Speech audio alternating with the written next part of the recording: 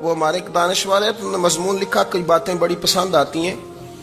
وہ کہتے ہیں کہ میری اہلیہ، ان کو بھی کسی نے نا مس گائیڈ کر دیا تھا، حالانکہ اچھی خاتون ہے، کسی نے مس گائیڈ کر دیا، تو وہ بھی سماجی اور ویلفیئر اور یہ خواتین کو شوق ہوتا نا بننے کا، تو وہ بھی سماج کے اندر اچھا مقام تلاش کرنے کے موڈ میں آ گئی۔ تو کہیں ایک دن جانا تھا تو بڑی بن سنور کے میرے ساتھ وہ گاڑی میں بیٹھ گئی، تو میں گاڑی میں، عورتوں کو یہ بھی مسئلہ ہوتا ہے نا کہ ہماری تعریف کرو، تو کئی دفعہ بعد مردوں بیچاروں کو جھوٹ بولنا پڑتا ہے، تو زبردستی کراتی ہیں نا جی۔ تو اس میں گنجائش بھی دی ہے شریعت نے گنجائش دی ہے کہ کبھی بیوی کو راضی کرنے کے لیے خلاف واقعہ بات کرنی پڑے تو کر لینی چاہیے، تو وہ کراتی بھی ہیں۔ 3 موقع پر خلاف واقعہ بات کرنے کی اجازت ہے، واقعے کے خلاف بھی آپ بات کر سکتے ہیں، جنگ کے موقع پر 2 لوگوں کو صلح کرانے کے لیے اور بیوی کو راضی کرنے کے لیے کر لیں کوئی ایسی بات، بے شک اپنی طبیعت پہ جبر کر کے کر لیں، گنجائش ہے، اجازت ہے۔ تو وہ کہتے ہیں جب وہ گاڑی میں میرے ساتھ بیٹھی بن سنور کے، تو وہ تقاضا کرنے لگی کہ میں نے مطلب بڑے اچھے کپڑے پہنے ہیں پر آپ نے توجہ نہیں کرائی۔ وہ سیاںا بندہ تھا، وہ چاہ رہا تھا کہ میری خاتون سمجھ جائے۔ وہ کہتے ہیں مجھے پتا تھا کہ بیچاری مس گائیڈ ہو گئی ہے، دل کی بڑی اچھی ہے، سیاਣੀ ہے، لیکن اس کو نا کچھ خواتین نے، کچھ لوگوں نے مل کے اس کو ذہن غلط کر دیا ہے کہ سماج میں نکلو، باہر جاؤ، کام کرو، فلاں کرو، اپنی مرضی سے جیو۔ تو میرے ساتھ گاڑی میں بیٹھی کہیں جانے کے لیے، تو مجھ سے کہنے لگی کہ آپ نے میری طرف توجہ ہی نہیں کی، آپ نے کوئی ذکر ہی نہیں کیا کہ میں کیسی لگ رہی ہوں۔ تو وہ کہتے ہیں میں نے اسے کہا کہ اگر تو ناراض نہ ہو تو پھر میں صحیح والی تعریف کر دوں۔ تو اس نے کہا کہ آپ کر دیں۔ تو کہتے ہیں میں نے درد سے اور خلوص سے اپنی بیوی سے کہا، خلوص کے ساتھ میں نے کہا میں تو روز گھر ہوتا ہوں، روز شام کو گھر ہوتا ہوں، اگر تو میرے لیے تیار ہوتی تو میں تیری تعریف کرتا، لیکن آج تو باہر جانے کے لیے تیار ہوئی، تو پھر ان سے تعریف کی امید رکھ جن کے لیے تو نے تیاری کی ہے۔ میرے لیے تیاری کرتی تو میں تو ہر شام تیرے پاس ہوتا ہوں۔ کہتے ہو میرے لفظوں میں درد تھا تو وہ بھی رو پڑی، اور کہنے لگی آپ گاڑی روک دیں، مجھے باہر جا کے کسی کو راضی نہیں کرنا، میں نے اسے راضی کرنا ہے جس کو رب کریم نے میرا شوہر بنایا ہے اور میرے لیے منتخب کیا ہے، میرے ماں باپ کو۔ میں واپس لوٹتی ہوں۔ یہ ایک پہلو ہے سلگتا ہوا، اس کو سمجھا جائے۔ عورت کو ویسے بھی قابو کرنا بڑا آسان ہوتا ہے۔ اعلیٰ حضرت بریلوی رحمۃ اللہ علیہ فرماتے ہیں بیٹیاں نازک شیشیاں ہوتی ہیں، ان کو تو ذرا سی چوٹ لگے تو ٹوٹ جاتی ہیں۔ دیکھیں کتنا بڑا جملہ کا بریلی کے امام، نازک شیشیاں، ذرا کوئی آدمی گمراہ کرتا ہے، ذرا خراب کرتا ہے۔ اب دیکھیں نا، یہ جو بچیوں کو بچے مس گائیڈ کرتے ہیں، انہیں بڑے بڑے خواب دکھاتے ہیں، وہ بیچاری ماں باپ کو چھوڑ کے، بہن بھائی کو چھوڑ کے اس کے ساتھ شادی کرتی ہے، پھر جو اس کا بعد میں اشر ہوتا ہے، آپ ادلیاں نو سردار پہن تکے تے شرما والیاں نو جھوٹے ڈولیاں دے۔ پھر وہ بیچاری ماں باپ رکھتے نہیں، وہ ظلم کرتا ہے، تو کتنی بڑی تکلیف میں وہ بچی آ جاتی۔ نازک شیشی ہوتی ہے نا تو ٹوٹ جاتی۔ یہی حال اب جدید خواتین اور یہ جو کچھ اینکر پرسن ہیں، یہ اصل میں نا یہ آپ کو سیاست سکھاتے ہیں، لیکن یہ مادر پیدر آزاد لوگ ہیں، بالکل آزاد۔ یہ تو علماء شور نہ کریں، بات نہ کریں، گفتگو نہ کریں، مشائخ بات نہ کریں، اور یہ جو کچھ سنجیدہ اور دینی طبقہ ہے یہ کچھ شور نہ کرے، یہ تو روڈوں پہ ننگے ہو کے آ جائیں معاذاللہ۔ خوفناک نظریہ رکھتے ہیں یہ لوگ۔ عورت کو کہتے ہیں تیرے حقوق ہم تجھے لے کے دیں گے، مثلاً وہ کون سا حق ہے جو تم نے لے کے دینا ہے؟ میرے نبی کریم صلی اللہ علیہ وسلم اس کو بیٹی بھی بنایا ہے، اس کو بہن بھی بنایا ہے، اس کو ماں بھی بنایا ہے، اسے بیوی کا عالی شان رتبہ بھی عطا فرمایا ہے۔ اور چونکہ بیٹی کا بھی حق بڑا بیان کیا جاتا ہے، بہن کا بھی، ماں کا بھی، اور بیوی کے معاملے میں لوگ سمجھتے ہیں کہ زیادہ بات نہیں کرنی چاہیے، شاید مسئلہ خراب ہو جائے۔ حالانکہ نبی پاک صلی اللہ تعالی علیہ وسلم نے بیوی کے بارے میں پتہ کیا فرمایا؟ فرمایا جب تم نکاح کر لیتے ہو تو اپنا ایمان محفوظ کر لیتے ہو۔ اب میں اس کی شرح نہیں کرتا، اب خود کر لیجئے گا کہ وہ ایک ایسی شخصیت ہوتی ہے کہ جس کی موجودگی میں آپ کا ایمان محفوظ ہے۔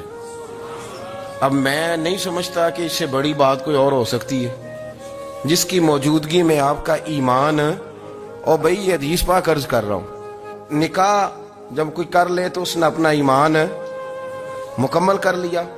اس کا معنی یہ ہوا کہ آپ کا ایمان محفوظ ہے اس کی موجودگی میں. تو اس سے زیادہ بھی یعنی ایمان سب سے قیمتی چیز ہے نا, تو اس کے محفوظ ہونے کی وجہ حضور نے نکاح بیان کر دی. اب میرا خیال ہے بیوی اگر کوئی اس سے بڑا حقوق مانگے گی تو بے وقوفی کرے گی.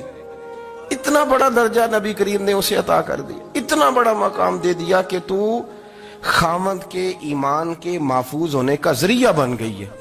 عورت کو جو حقوق رسول کریم صلی اللہ تعالی علیہ وسلم نے عطا فرمائے, نبی پاک نے جو حقوق دیے, دیکھیں نا حضرت عبداللہ ابن عمر رضی اللہ تعالیٰ عنہ کی اہلیہ بیمار تھی, تو جلدی جلدی سے وہ آئے. تو جب بہت جلدی ہو, سفر بڑا شدید تھا, تو آپ نے جلدی سے نماز ادا کی, جلدی سے چلے. آپ کے خادم کہنے لگے حضور خیریت ہے؟ فرمایا میری بیوی بیمار ہے. تو اس نے عرض کی حضور آپ کی اہلیہ بیمار ہے, تو آپ نے نماز بھی جلدی سے پڑھی, سفر بھی جلدی جلدی کیا. تو فرمانے لگے یہ وہ چیزیں ہیں جو ہمیں مدینے والے رسول نے سکھائی. آپ اس کیفیات کو سمجھیں کہ حضور صلی اللہ علیہ وسلم نے درس دیا. اور پھر ایک اور بہت بڑی بات, یہ فضیلت کسی اور کو نہیں دی. جو عورت کو حضور نے فضیلت دی, یہ فضیلت کسی اور کو نہیں دی. کبھی حضور نے فرمایا کہ تمہارا ابا تمہارے ساتھ بہت سخت رویہ کرے تو تم نے اس کو اس سختی پر داد دینی ہے. فرمایا چلو اگر وہ زیادتی بھی کرے تو تم نے اس کے ساتھ سلوک اچھا ہی کرنا ہے. لیکن آپ ایک بات کو سمجھے نا کہ بچے کے بارے میں, بیٹے کے بارے میں, بیٹی کے بارے میں فرمایا 10 سال کے ہو کے نماز نہ پڑھے تو سختی کرو, تمہارا ڈنڈا بھی لٹکنا چاہیے. بہت ساری جگہوں پہ بہت سارے لوگوں کے لیے سختی کا حکم دیا, لیکن عورت کے لیے حضور نے جو جملے کہے, اصل میں ہم سمجھتے ہیں کہ یہ ایک بات ہے, مشہور ہو گئی ہے روایت حدیث, تو بس اس کے پس منظر پر اور جملوں کے حسن پر شاید معاذ اللہ غور کرنے کی ضرورت نہیں. ذرا اس لفظ کی تاثیر پر غور کریں. حضور نے فرمایا عورت ٹیڑھی پسلی سے پیدا کی گئی ہے, یہ ٹیڑھی ہے, کو سیدھا کرنے کی کوشش کرو گے تو ٹوٹ جائے گی. تو حضور پھر ہمارے لیے حکم کیا ہے؟ فرمایا جیسی ہے تم اسی کے ساتھ نبھا کرو.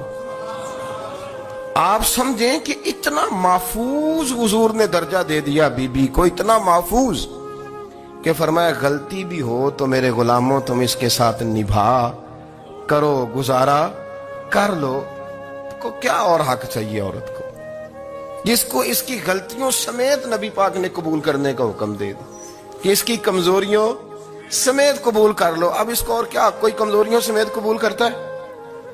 کبھی آپ دکان پہ بیٹھے ہو تو آپ کہیں بھی اس میں یہ بھی غلطی, میرے مال میں یہ بھی کمزوری ہے, یہ بھی کمزوری ہے, یہ بھی کمزوری ہے, تو کر لے قبول. کرتا ہے کوئی؟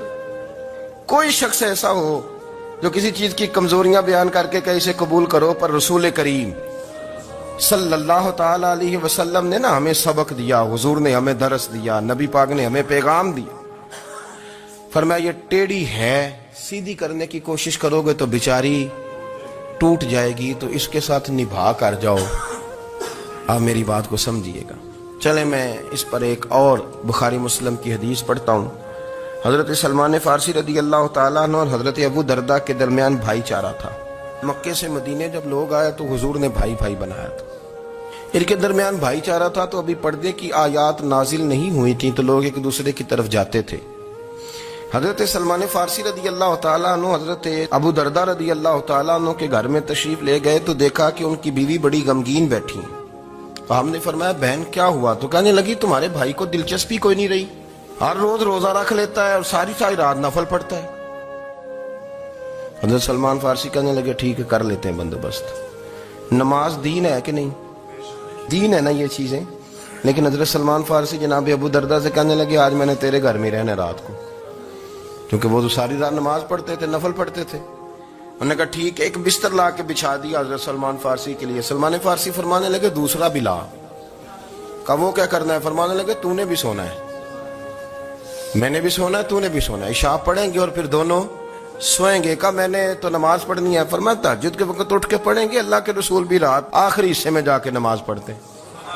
ادھر ساتھ سلا لیا. وہ تھوڑی کو دیر سوئے, اب عادت تھی ساری رات اٹھنے کی, ذرا اٹھنے لگے بستر سے.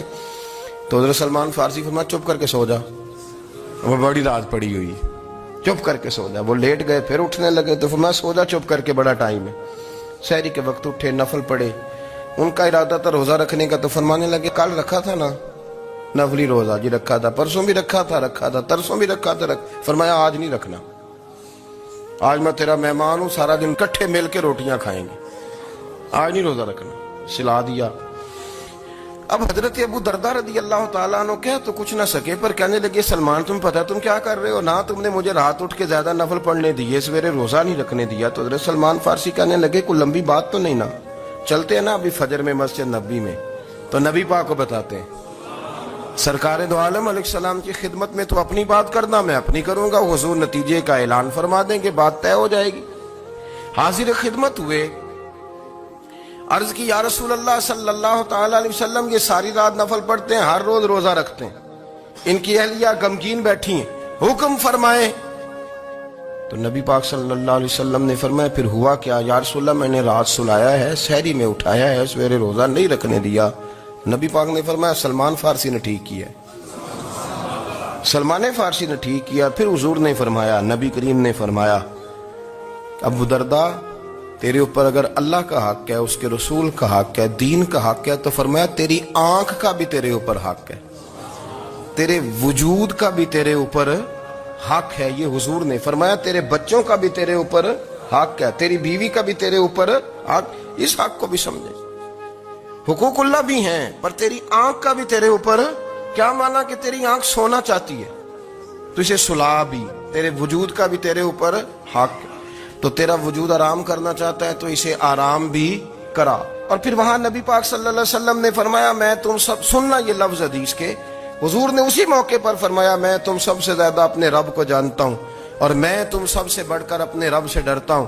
حضور فرمانے لگے میں روزہ بھی رکھتا ہوں، افطار بھی کرتا ہوں، یعنی کبھی رکھتا ہوں اور کبھی نہیں رکھتا۔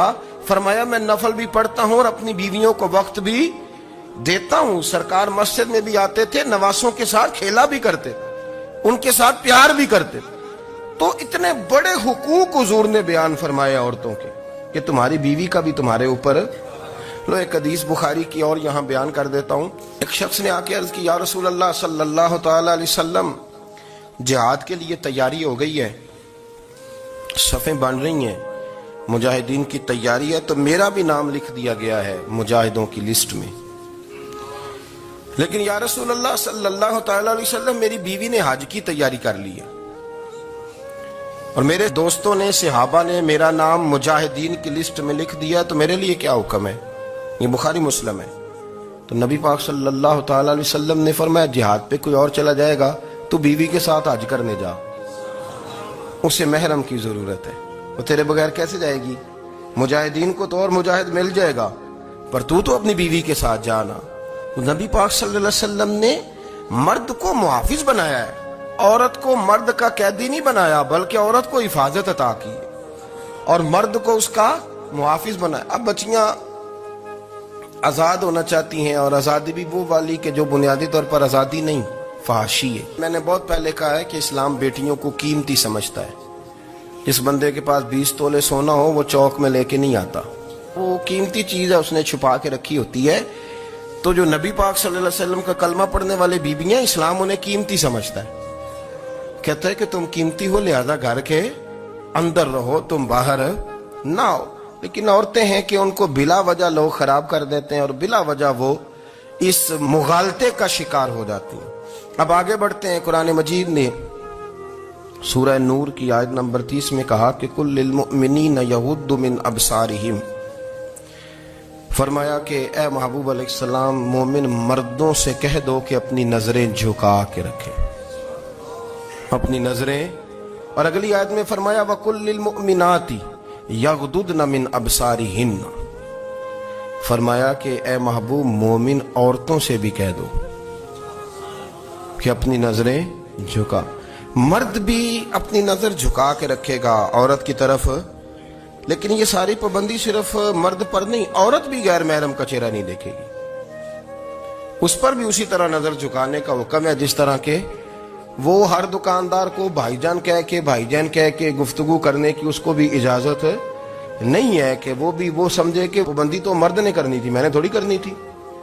وہ جس کے پاس جائے، جہاں بھی جائے، ڈاکٹر کے پاس جائے، باہر جائے، تو وہ جس طرح مرضی اس کا دل چاہے وہ بات چیت کرے، اس کی عورت کو بھی اجازت اسلام نہیں دیتا. بنیادی طور پہ اسلام شرم و حیا کا دین ہے. حیا کی بات کرتا ہے. حیا کی جب ہم تعریف کرتے ہیں تو حیا کی تعریف یہ ہے کہ کوئی کبھی چیز دیکھ کے نا تو آپ کی طبیعت میں کراہت محسوس ہو, آپ کوئی غلط جملہ منہ سے نکالتے ہوئے ذرا جھجکیں, آپ کوئی غلط بات کرتے ہوئے تھوڑا بوجھ محسوس کریں. ہمارے ہاں تیزی سے فروغ پایا ہے بے حیائی نے. سنگیوں کی محفلیں, یاروں کی محفلیں, اس میں غلیظ گفتگو ہوتی ہے. اللہ ماشاء اللہ. جن دوستوں کو بڑی پاک صاف گفتگو کرنی چاہیے. دوستی کا رشتہ بڑا مقدس رشتہ ہے. جو یہاں ایک دوسرے سے پیار کریں گے جنت میں بھی اکٹھے داخل کیے جائیں گے. شرط یہ ہے کہ پیار اللہ رسول کی رضا کے لیے ہو, لیکن اس کے اندر اگر آپ کی گفتگو کچی ہو, کمزور ہو, فحاشی والی ہو, عریانی والی ہو. وہ ہمارے ہاں تو اب اس کو لوگ فیشن سمجھتے ہیں, اس کو مردانگی کی علامت سمجھتے ہیں کہ وہ جی ساری باتیں جی وہاں ہو گئی اور جس کا جو جی چاہا اس نے کہا. آپ جب حیا کے دائرے میں ہوتے ہیں تو آپ خود بھی سکون محسوس کرتے ہیں. دیکھیں نا, آپ کو نیند سکون سے کہاں آتی ہے؟